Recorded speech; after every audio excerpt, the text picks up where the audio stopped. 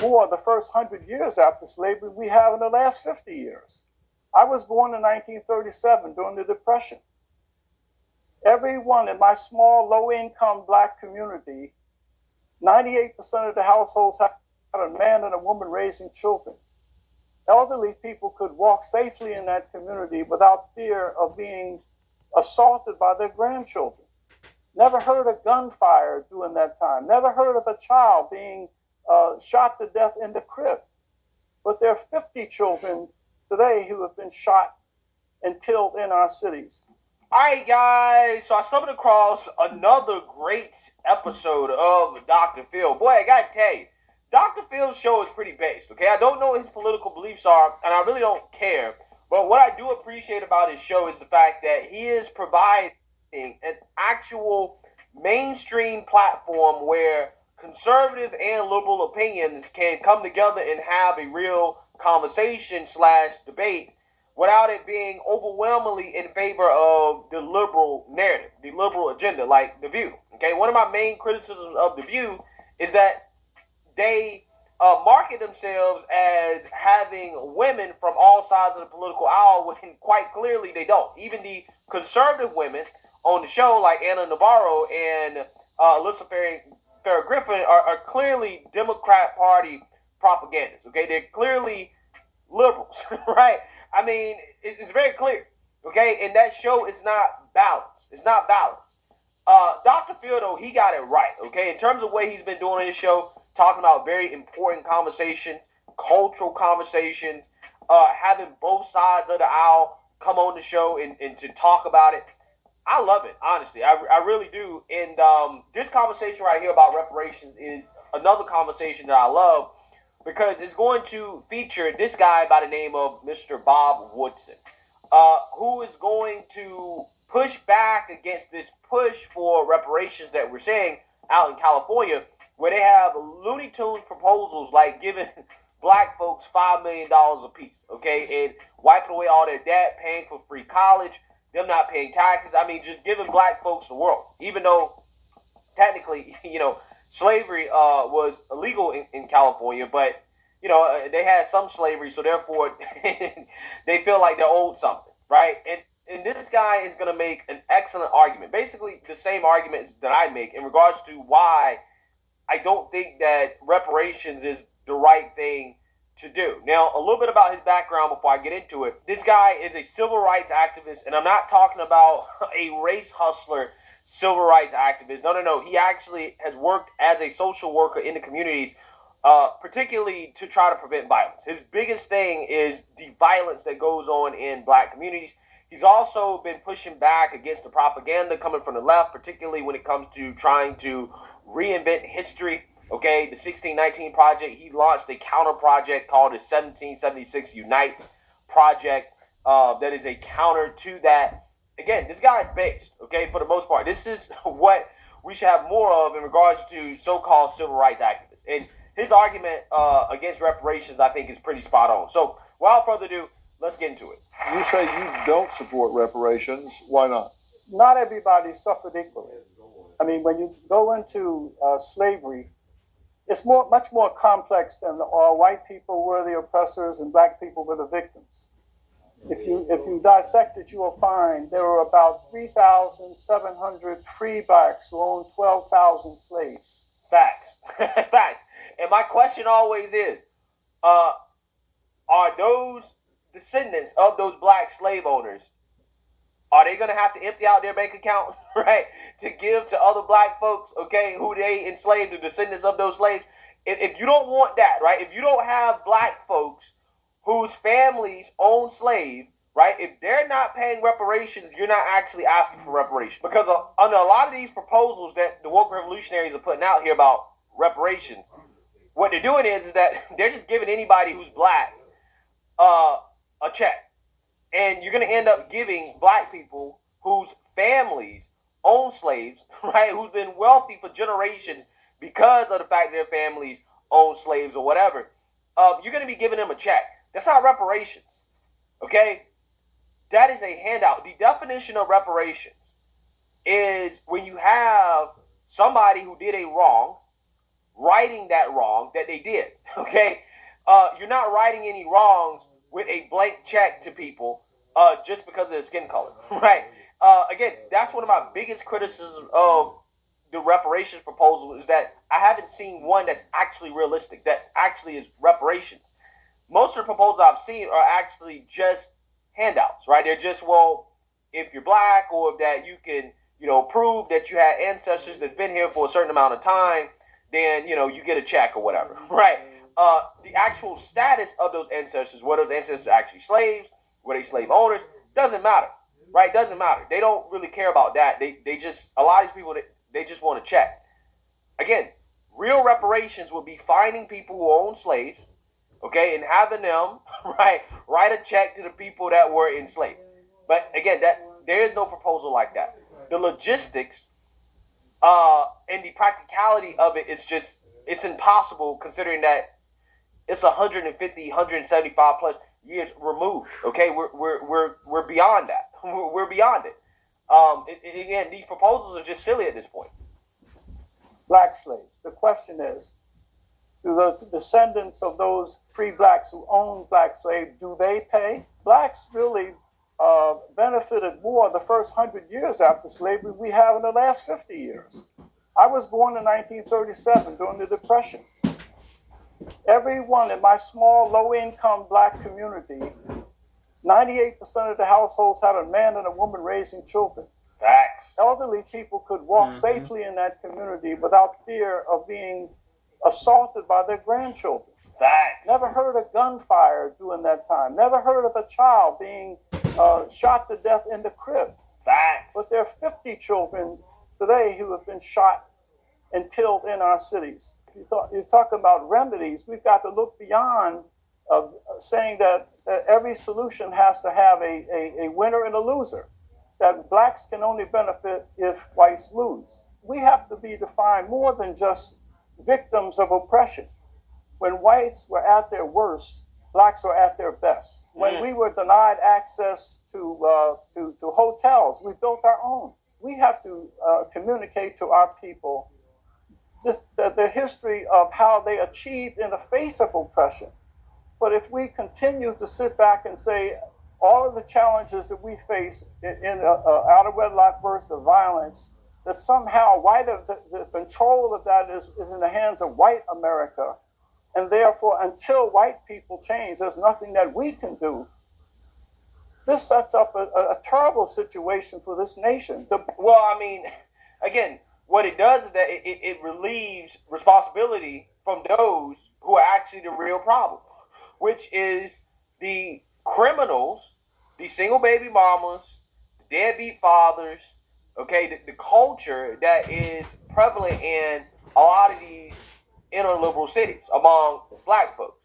If you just blame the white man for the problem and say, well, it's all the white man's fault, then, you never have to do anything. You never have to take any real personal responsibility. But the reality is, based off history and what this guy is saying, which is true, is that you can argue that during the worst times where you actually have real white racists running around, KKK running around, actually really lynching folks, black people were doing all right. Now, in the grand scheme of things, things were bad, okay? I mean, it wasn't great, but culturally speaking, in regards to how black people treated each other, in regards to crime, families, community, it's much better. It was a lot better. Guys, we know this, right? Liberals will deny these facts, but this is true. One of the main predictors of crime and poverty is single motherhood rates, right? Black folks, back in the 1950s, just 9% of black children lived without a father. From 1890 to 1950, black women had a higher marriage rate than white women. In 1964, you had 24.5% of black births were out of wedlock. Now, fast forward to 1994, you have 70.7% of black births being out of wedlock. You have 44% of black children have a father in the home today. The poverty rate for single mothers, black mothers, is over 30%. The poverty rate for married black families is under 10%. Also on top of that, the crime rates in the 1940s/1950s were much lower than they are today. So tell me what happened. What happened to all that? Well, what happened was that you had programs like Lyndon B. Johnson's The Great Society that the government started to implement to basically disincentivize strong nuclear families, to disincentivize women getting married. Instead, they would get married to the government, having kids out of wedlock. The sexual revolution, the breakdown of the family. And then lo and behold, what happens? You have crime increasing, violence increasing, because again, the breakdown of the family structure. It's really that simple. And people think that, well, reparations is going to fix that. Handing people a check is not going to fix the underlying cultural issues that are plaguing the black community. Government handouts, Democrat policies have been much more detrimental to black folks than so-called systemic racism. I'm so serious. And so when people ask, well, what are you black conservatives trying to conserve? Because back in the day, the white man was so evil and blacks were doing so bad. I'm like, no. Blacks from a cultural and family unit perspective. Yes, we were discriminated against, but we were not doing bad, right? Was it great? No, it was not great. Wasn't even good, right? But in regards to culture, in regards to family structure, violence, just general sense of community and togetherness, much better. And if you had black folks who had the same mentality had back then, if they were living today, who knows where black folks would be? Who knows? We'd be like the Asians, statistically, right? I'm just saying. So when people ask, what are you black conservatives trying to conserve? Well, I just told you. I'm telling you. Traditional values, conservative values, is the key. That's what we need. We don't need a handout and a check. Black folks have never needed that. But again, the liberals want you to think, well, that's what you need. You need a check. You need more money. Well, what about all the millions, billions, if not trillions of dollars that have been poured into the black community from the government ever since the 1960s? And look where we're at. You still asking for more money. You keep telling us that money's going to solve the problem? Again, it's ridiculous. It's nonsense. The crisis facing America is not racial. It is a moral and spiritual freefall that is consuming our children. Facts. A moral and spiritual freefall that is consuming our children. Because their parents, who a lot of them happen to be born after, the 1960s, integration, Great Society, all these things, they had a moral and spiritual freefall as well. They went through all of that stuff. Again, this stuff is not that hard to figure out, bro. Right? It's really not. The highest death rate among black families is homicide. Among Silicon Valley, the highest level of suicide, 6 times the national average. In Appalachia, they're prescription drugs. And so if we are to address this crisis that is causing our children to lack a sense of personal responsibility or value for their own life, they will take their own life or take someone else's. So in order to address that, we must come together and look beyond race and realize America is drowning because it's in a moral and spiritual freefall. And it's not just something that's a black community thing, right? I know, in a lot of my videos, it seems like, I'm just talking about black folks. Well, I mean, look, I'm black, right? And at the end of the day, I care, and a lot of these issues are not just specific to black folks. They're specific to this country in general, okay? But I'm just saying, I deal with this a lot because, as a black person, I want to see black people do better because I know that black people can be better. We have been better. And this is why I'm always having these types of conversations. And I need people to understand that it doesn't come out of a place.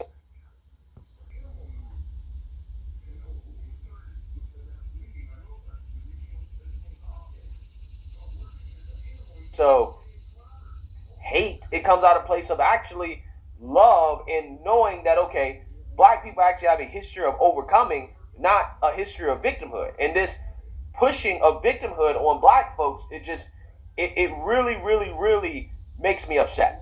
It really does. Because that's not who we are historically. We're not victims, right? We've overcome the worst of the worst.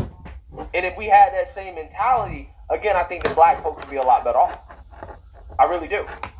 What should be defined by the worst of what we were in the past, but we should be defined by what we want to become in the future. And that people are motivated to change when you give them a vision of victories that are possible, not constantly reminding them of injuries to be avoided.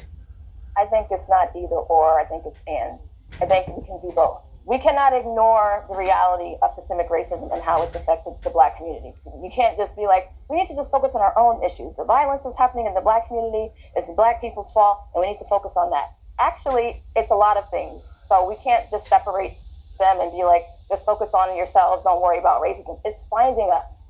It finds us wherever we go. It's not our fault, right? So it's not our fault, right? It's not our fault. Racism finds us wherever we go. Again, it's amazing because you have these immigrant groups that come over to this country. Okay, they're not white, and they're very successful despite the so-called systemic racism. Again, I'm still trying to figure out how that works. The woke still do not have an answer for how in the world do you have African immigrants who are black, right? Their skin color is black, who come over here and they do well despite the systemic racism. They're able to accomplish whatever they want to accomplish, again, despite the racism. Is it because they have certain values, right? Is it because of certain cultural practices that just lead itself to success? The same thing that they're telling black folks that, hey, you know, this is white supremacy, right? Like, for example, again, nuclear families are white supremacy. The Protestant work ethic is white supremacy. Being rational, on time, right? You know, basic things and traits that you need to have to be successful is white supremacy. Maybe it's because they adhere to some of those things that they're successful, and you know they're not